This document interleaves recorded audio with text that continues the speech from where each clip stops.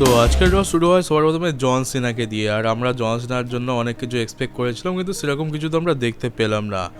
জন সিনা এখানে কোনো নতুন ক্যারেক্টার নিয়ে আসেনি, বা বলতে পারো কোনো রকম নতুন অ্যাটায়ার পরে আসেনি। আর সে তার পুরনো থিম সঙ্গেতেই এন্ট্রি নিয়েছে। আর তাকে আমরা যেরকম লুকে দেখতে পাই সেরকম লুকেই দেখতে পেলাম, শুধুমাত্র অ্যাটিটিউডের চেঞ্জ ছিল।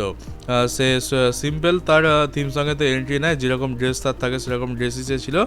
আগে যে হিল টার্ন হওয়ার পর মুখের যে এক্সপ্রেশনটা ছিল সেটা আর নেই। তার মুখটা তোমাদের দেখে এমনটা মনে হবে যেন জন সিনার হিল টার্নে সবথেকে বেশি দুঃখ জন সিনাই পেয়েছে। তার মুখটা প্রচণ্ড স্যাড ছিল। সে আসে তার মাইর মানে লাস্ট টাইম ইজ নাও, যে হাতে যে রুমালের মতো যেটা থাকে ওটা দেখায়। আর তারপরে ওটা ক্রাউডের মধ্যে ছুঁড়েও দেয় না, সে শুধুমাত্র ওটা হাতে করে নিয়ে আস্তে আস্তে হেঁটে রিংয়ের কাছে যায়। রিংয়ের কাছে গিয়ে ওটা রিংয়ের একটা কর্নারে ওটা রেখে দেয়। আর তারপর সে রিংয়ের মধ্যে যায়। আর জন সিনাকে দেখেই মনে হচ্ছে যে জন সিনা মানে এক্সপ্রেশনটা দেখে বোঝা যাচ্ছে যে হিল টার্নটা তার জন্য খুব একটা তো ভালো জিনিস হয়নি, মানে তার একটু প্রবলেম তো হচ্ছে। তো যাই হোক, এখানে জন সিনা এখানে তার হাতে মাইক নেয়। আর এখানে ক্রাউড, সবার প্রথম বলে দিয়েছে ক্রাউড এখানে খুবই ভালো ছিল।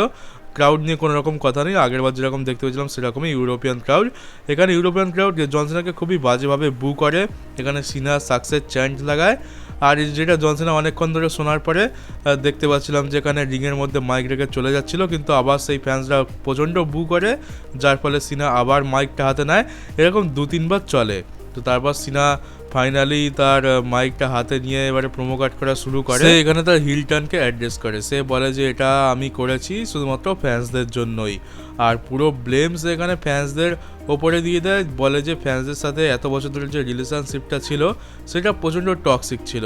মানে আমি শুধুমাত্র ফ্যান্সদের হাতের পুতুল হয়েছিল, আমি যাই করি না কেন ফ্যান্সদের তাতেই প্রবলেম। সবাই সিনা সাকসেস চ্যান্ট করছে, কেউ লেস গো সিনাও বলছে, কিন্তু তাদেরও একটা আলাদা উদ্দেশ্য রয়েছে। তো এখানে পুরো ব্লেম জন সিনা ফ্যান্সদের ওপরে দিয়ে দেয়। তো জন সিনার এই প্রোমোটা বেশ অনেকটা লম্বা ছিল, কিন্তু আমি একটু শর্টে একটা তোমাদের সংক্ষিপ্ত একটা বিবরণ দিয়ে দিই।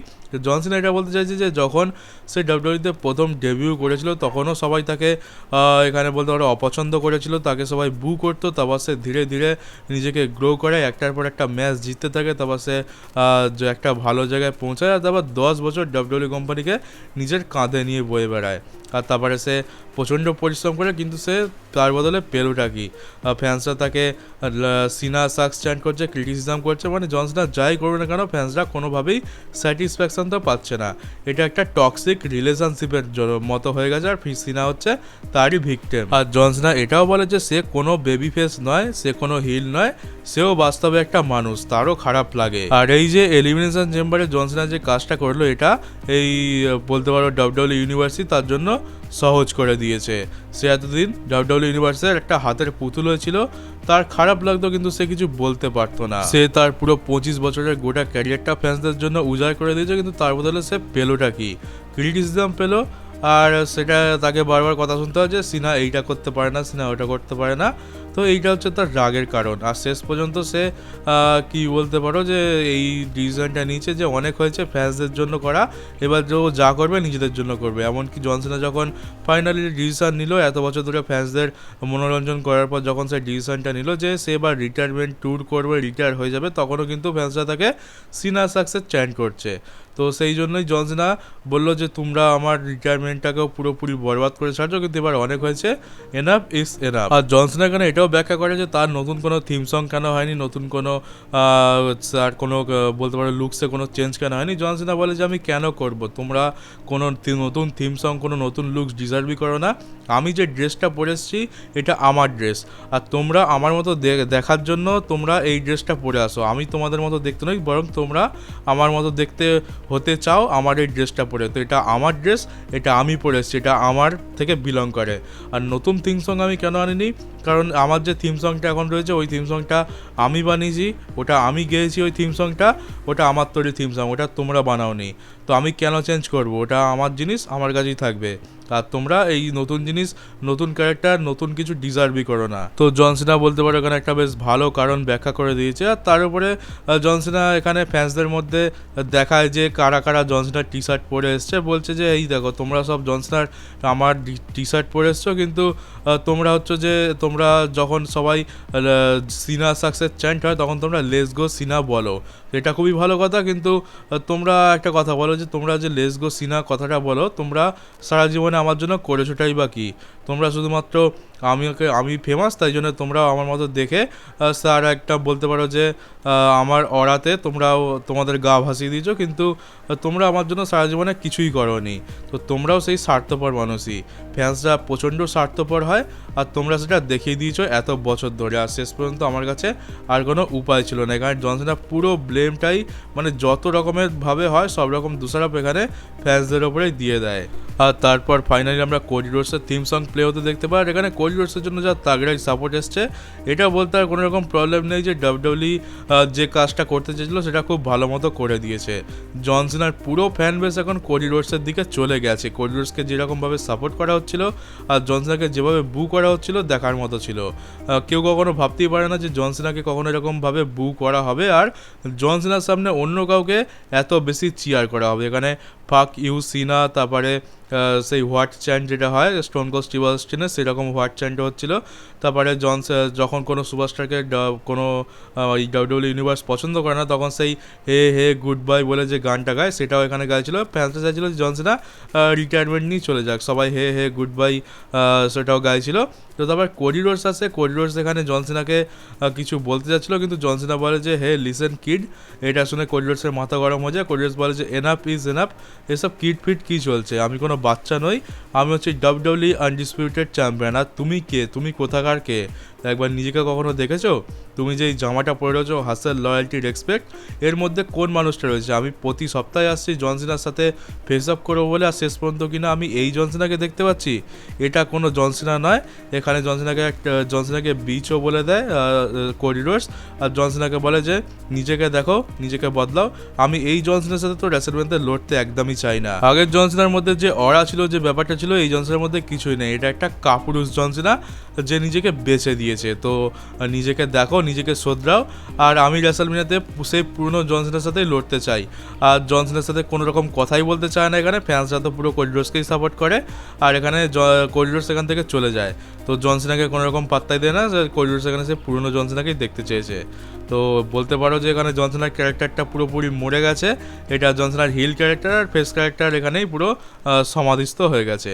আর তারপর জন সিনাকে প্রচণ্ড বু করে ফ্যান্সরা। কোডি রোডস চলে যাওয়ার পরে আর জন সিনা মাইকটাকে আছাড় মেরে ফেলে দিয়ে এখান থেকে সিম্পলভাবে চলে যায়। তো আমরা জন সিনার ক্যারেক্টার চেঞ্জ মানে লুকস চেঞ্জ আর থিম সঙের জন্য আশা করেছিলাম, কিন্তু সেটা ডাব্লিউডাব্লিউই করেনি। তো এটা না খারাপ জিনিস তো একদমই না, এটা বেশ ভালো জিনিসই বলতে পারো। পুরনো থিম সঙের সাথেই জন সিনা এসছে, আর সে কেন থিম সং চেঞ্জ করেনি, কেন তার লুকের মধ্যে কোনো চেঞ্জ নেই, তার একটা পারফেক্ট সে ব্যাখ্যাও দিয়েছে।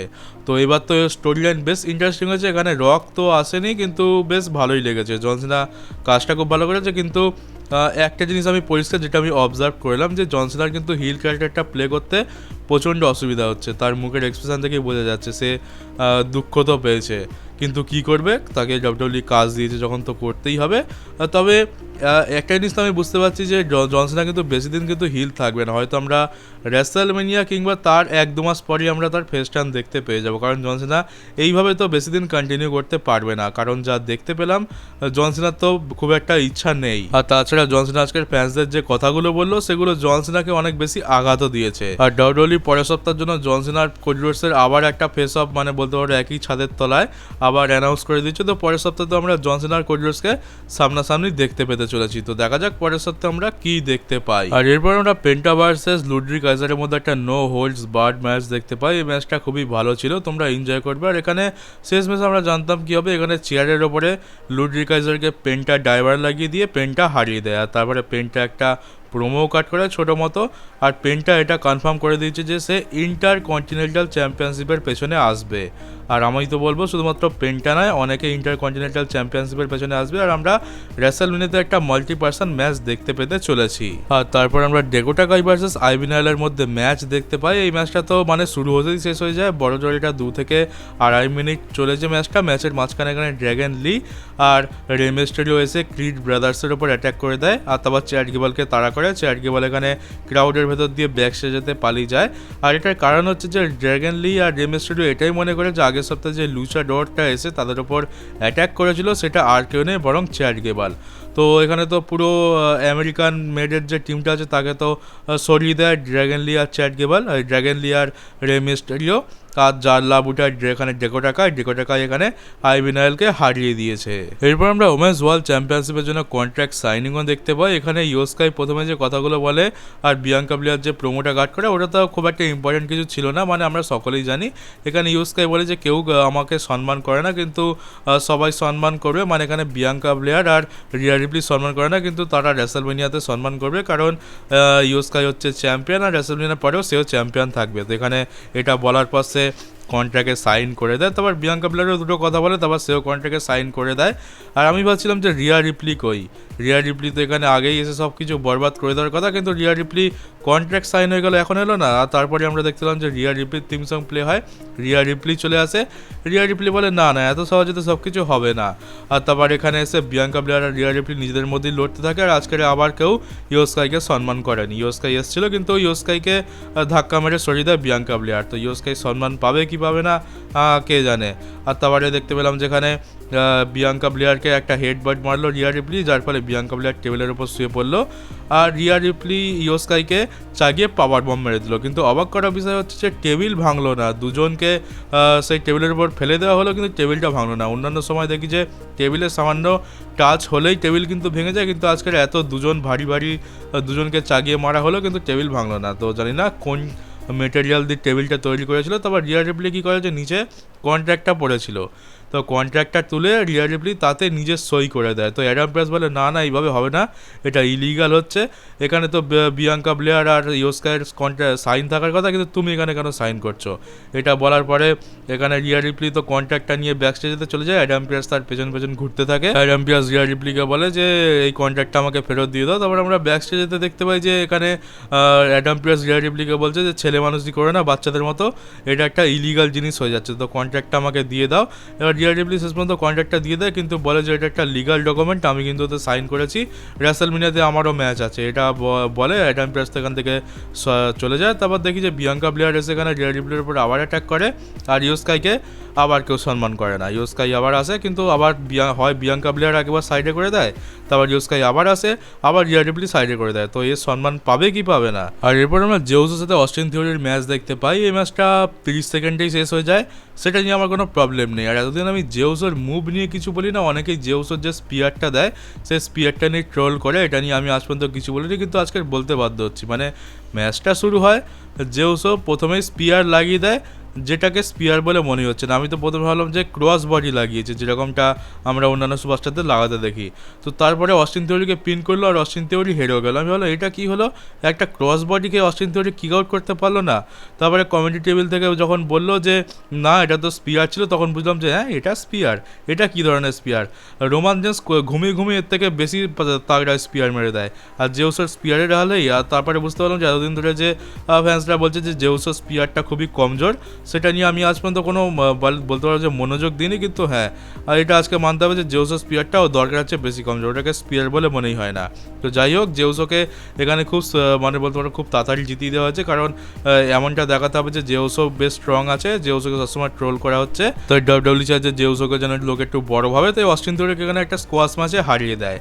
তো এটা করে জেউসো বড় তো হলো না, মনে তো হচ্ছে আরও বেশি ট্রোল হবে তার ওই নিজের মুভ সেটের জন্য। ওইরকম একটা বাজে মুভ যদি দেয় তাহলে তো ভাই তোমাকে বড় দেখানোর জায়গায় তোমাকে আরও বেশি ছোটোই করা হবে। তারপর কী হয়েছে, প্রত্যেকবারের মতো গান্থার এসে স্লিপার হোল্ড লাগিয়ে দেয়, আর এমনটা মনে হচ্ছিলো যে এখানেও জেউসও মার খেয়ে যাবে, কিন্তু প্রতি সপ্তাহে যদি জেউসও মার খায় তাহলে কীভাবে চলবে, এ তো নাকি রয়্যাল রাম্বল উইনার। তাই এবারে জেউসোকে একটু আপার হ্যান্ড দেওয়া হয়েছে। এখানে জেউসও গান্থারকে রিংয়ের বাইরে ফেলে দেয়, মানে মারতে তো পারে না, শুধুমাত্র রিংয়ের বাইরে ফেলে দেয়।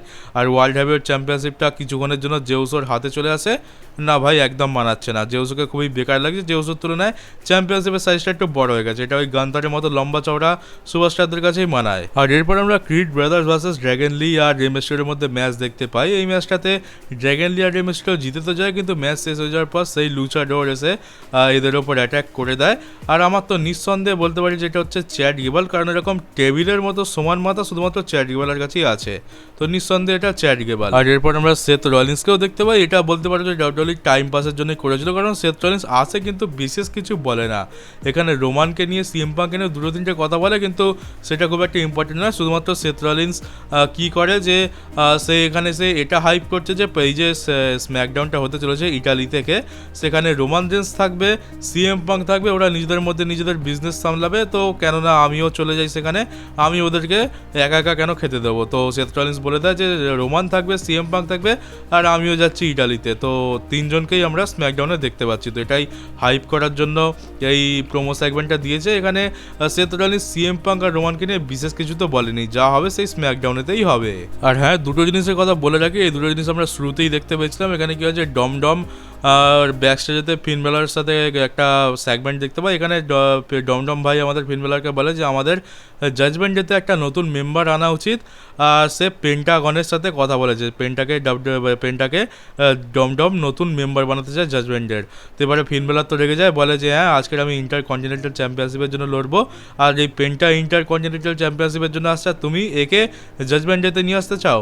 আর এটা তো তুমি একটা ডমডম হচ্ছে একটা সাপ, ডমডম পেছনে পেছনে এইসব ভেবে রেখেছে আমি জাজমেন্ট ডেকে টপেতে ফিরিয়ে আনার জন্য এত পরিশ্রম করছি, আর ডমডম আমার পেছনে এইসব লোকেদের সাথে কথা বলে বেড়াচ্ছে। তো এটা একদমই ফিন বেলার পছন্দ করে না। আর তারপর আমরা দেখতে পাই যেখানে এজে স্টাইলসের গলায় আবার এখানে ক্যারিয়ান ক্রস এসে ঝুলে পড়ে। ক্যারিয়ান ক্রস কী করছে তো বোঝা মুশকিল, আর যার পাচ্ছে তাকে জ্ঞান দিয়ে দিচ্ছে, আর যার তার গলায় ঝুলে পড়ছে। তারপর আছে রয়্যাল মেইন ইভেন্ট ফিন বেলার ভার্সেস ব্রন ব্রেকার। এখানেও অনেকে ভাবছিল যে টাইটেল চেঞ্জ হবে, কিন্তু না, সবসময় টাইটেল চেঞ্জ হয় না। এখানে কী হয়েছে, লাস্টের দিকে ফিন বেলার টপ রোপের ওপর উঠে থাকে, তারপর ব্রন ব্রেকারও টপ রোপেতে যায়, আর ডমডম ভাই এখানে ভালো করতে গিয়ে কালো করে ফেলে। ডমডম ভাইয়ের জন্য ফিন বেলারের ব্যালেন্স বিগড়ে যায়, আর ফিন বেলারের পা দুটো ফাঁক হয়, সোজা টার্ন ব্যাগারের যে রোপ আছে তাতে ফিন বেলারের লেবু চিপে যায়, যার ফলে ফিন বেলারের তো চোট লাগে, আর ডমডম ভাই ভালো করতে গিয়ে এখানে খারাপ করে ফেলে। আর যার লাভ ওটাই এখানে ব্রন ব্রেকার কার্লিটো আর ডমডম ভাইকে তো সাইডে লাগিয়ে দেয়, তারপরে স্পিয়ার লাগিয়ে এখানে পিন করে দেয় ফিন বেলারকে। তো ফিন বেলারের সাথে তো কিছু হওয়ারই ছিল না। আমি ম্যাচের শুরুতে বুঝে গেছিলাম যে আমরা টাইটেল চেঞ্জ দেখতে পাচ্ছি সব জায়গায়, কিন্তু এটা ভাই ফিন বেলারকে ডাব্লিউডব্লিউই ভালো বুক কবেই বা করে। তো এখানে ফিন বেলার তো জিতবে না, ফিন বেলার এখানে যেতেও নি।